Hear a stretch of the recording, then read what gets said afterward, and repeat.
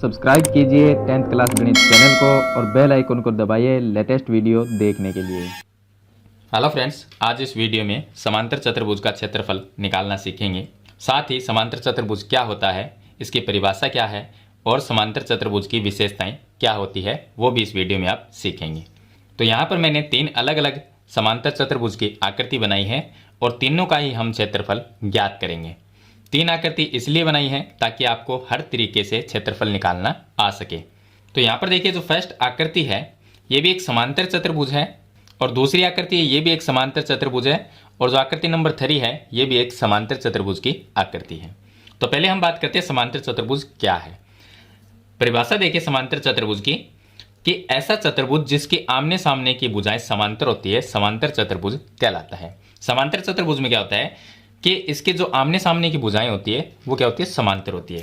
मतलब ये जो भुजा है ये इसके बराबर है और ये जो भुजा है वो इसके समांतर है। मतलब आमने सामने की भुजाएं क्या होती है, समांतर होती है। तो इसका एक नाम लिख सकते हैं हम ए बी सी और डी। ये ए बी सी डी समांतर चतुर्भुज है। इसका नाम लिख देते हैं ई एफ, यहां पर लिखना है एफ जी और एच। और तीसरी आकृति है इसको हम लिख देते हैं पी क्यू आर एस। ये एक समांतर चतुर्भुज है। तो आकृति नंबर 1 में मैंने आपको बताया कि समांतर चतुर्भुज में आमने सामने की भुजाएं समांतर होती है। मतलब ए बी भुजा ये सी डी जो है इसके समांतर है और ए डी ये बी सी के समांतर है। इसी तरह से इन दोनों आकृतियों में होगा। यहाँ पर जो ई एफ है ये समांतर होगी एच जी की या जी एच कह सकते हैं, और ई एच है वो जी एफ और जी है इसके समांतर होगी। तो समांतर चतुर्भुज वो होता है जिसके आमने सामने की भुजाएं क्या हो, समांतर हो।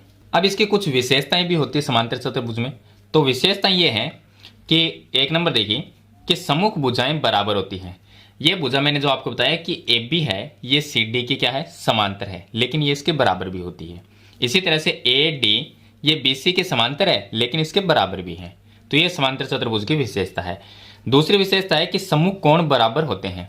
मतलब यहां पर ये जो कोण है, कोण ए है वो किसके बराबर होगा, सम्मुख कोण के। सम्मुख कोण कौन सा होगा, इसके सामने वाला कोण सी। तो ए है वो सी के बराबर होगा। कोण जो बी है वो बराबर होगा कोण डी के। तो इस तरह से समांतर चतुर्भुज में सम्मुख कोण बराबर होते हैं। तीसरी इसकी विशेषता है कि विकिरण परस्पर समद्विभाजित होते हैं।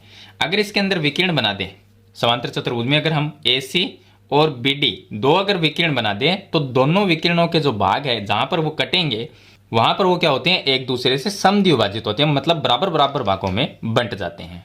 तो ये समांतर चतुर्भुज की विशेषताएं होती है। अब मैं आपको इसका बताता हूं क्षेत्रफल कैसे निकालना है।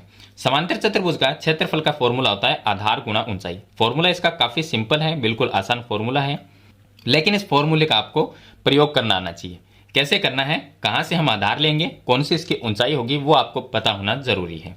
तो आकृति नंबर जो 1 है, अगर इसका हम क्षेत्रफल निकालें तो ए बी सी डी का क्षेत्रफल, यहां पर लिखेंगे चतुर्भुज ए बी सी डी का क्षेत्रफल।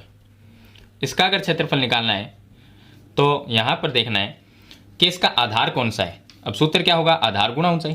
तो आधार कौन सा है, तो देखिए ए बी अगर इसमें आधार है तो इसकी ऊंचाई कौन सी होगी, तो आधार के ऊपर ऊंचाई होनी चाहिए। और ऊंचाई मैंने आपको पीछे भी एक वीडियो मैंने आपको बताया कि ऊंचाई हमेशा 90 डिग्री के कोण पे जो भुजा होती है वो ऊंचाई होती है। तो यहां पर देखिए ये आधार अगर ए बी है इसका तो इसकी ऊंचाई ये होगी डी। यहां से कोई भी नाम लिख सकते हैं, इसका एक्स लिख दिया। डी एक्स जो है ये क्या होगी, इसकी ऊंचाई होगी, क्योंकि यहां पर 90 डिग्री का कोण बना है। आधार के ऊपर ऊंचाई होनी चाहिए। अगर आधार ये है तो इसके ऊपर ऊंचाई होनी चाहिए 90 डिग्री वाली। तो यह कोण बनना चाहिए 90 डिग्री का। तो यहां पर 90 डिग्री का कोण बन रहा है, इसका मतलब ए बी इसका आधार हो गया और इसकी ऊंचाई डी एक्स होगी। तो यहां पर हम क्षेत्रफल निकालते हैं। तो आधार कितना इसका 5 सेंटीमीटर है, तो आधार हम लिख देंगे 5 सेंटीमीटर और गुणा में इसकी ऊंचाई है वो 3 सेंटीमीटर की है, तो यह आ जाएगा 3 सेंटीमीटर। अब 5 को 3 से गुणा कर देंगे, यह आ जाएगा 15। और क्षेत्रफल हमेशा स्क्वायर में आता है तो सेंटीमीटर इसके आगे लगाएंगे और उसका स्क्वायर कर देंगे, क्षेत्रफल स्क्वायर में निकलता है। इसी तरह से आकृति 2 का क्षेत्रफल निकालेंगे। आकृति number 2 A F G H का क्षेत्रफल, तो यहां पर लिख देंगे ई एफ जी एच का क्षेत्रफल। इसका क्षेत्रफल निकालेंगे तो इसका आधार देखना है। तो यहाँ पर देखिए ये जो आधार है ये ई एफ यहाँ तक ये 6 सेंटीमीटर। अगर इसको आधार ई एफ को आधार लेंगे तो इसकी ऊंचाई तो इसके ऊपर आनी चाहिए, लेकिन यहाँ पर ऊंचाई है वो बाहर की तरफ है। यहाँ पर देखिए ये बाहर की तरफ है, लेकिन इस ऊंचाई को हम अंदर भी बना सकते हैं। कैसे बनाएंगे? तो यहाँ पर देखिए 90 डिग्री आना चाहिए। तो यहाँ से हम क्या करेंगे, इस तरह से लंब डाल देंगे, एक लंब डाल देंगे तो ये 90 डिग्री का कोण यहाँ पर भी बन जाएगा। तो जितनी ये ऊंचाई होगी 4 सेंटीमीटर, उतनी ही ये 4 सेंटीमीटर ऊंचाई होगी, ये दोनों भी बराबर रहेगी। तो यहाँ पर आधार हो जाएगा ए एफ मतलब 6 सेंटीमीटर। तो आधार इसका 6 सेंटीमीटर और गुणा ऊंचाई इसकी 4 सेंटीमीटर जो बाहर की तरफ है 4 सेंटीमीटर। दोनों को गुणा कर देंगे, 6 को 4 से अगर गुणा करेंगे तो ये आ जाएगा 24 और सेंटीमीटर स्क्वायर, ये इसका क्षेत्रफल आ जाएगा। अब तीसरी आकृति का क्षेत्रफल निकालते हैं, आकृति नंबर 3। तो आकृति नंबर 3 है पी क्यू आर एस का क्षेत्रफल। इसका अगर क्षेत्रफल हम निकालेंगे तो इसमें आधार और ऊंचाई देखते हैं। तो यहां पर देखिए ये जो पी क्यू भुजा है, अगर इसको आधार माने तो ऊंचाई इस पर आनी चाहिए, लेकिन इस पर ऊंचाई है नहीं। तो देखिए यहां पर क्या है, ये जो क्यू आर है ये आधार लेंगे तो इसके ऊपर ये लंब है, ये जो लंब है वो यहाँ पर 90 डिग्री का कोण रहे। तो 90 डिग्री का जहाँ पर कोण बनता है वहाँ पर ऊंचाई और लंब जो ऊंचाई और आधार है वो मिलेगा। तो देखिए क्यू आर ये आधार है इसका, तो यहाँ पर ये देखिए ये इसकी ऊंचाई होगी। तो आधार कितना है 4 सेंटीमीटर। तो आधार तो हम लेंगे 4 सेंटीमीटर और गुणा ऊंचाई इसकी लेंगे ये 3 सेंटीमीटर, तो ये आ गया 3 सेंटीमीटर।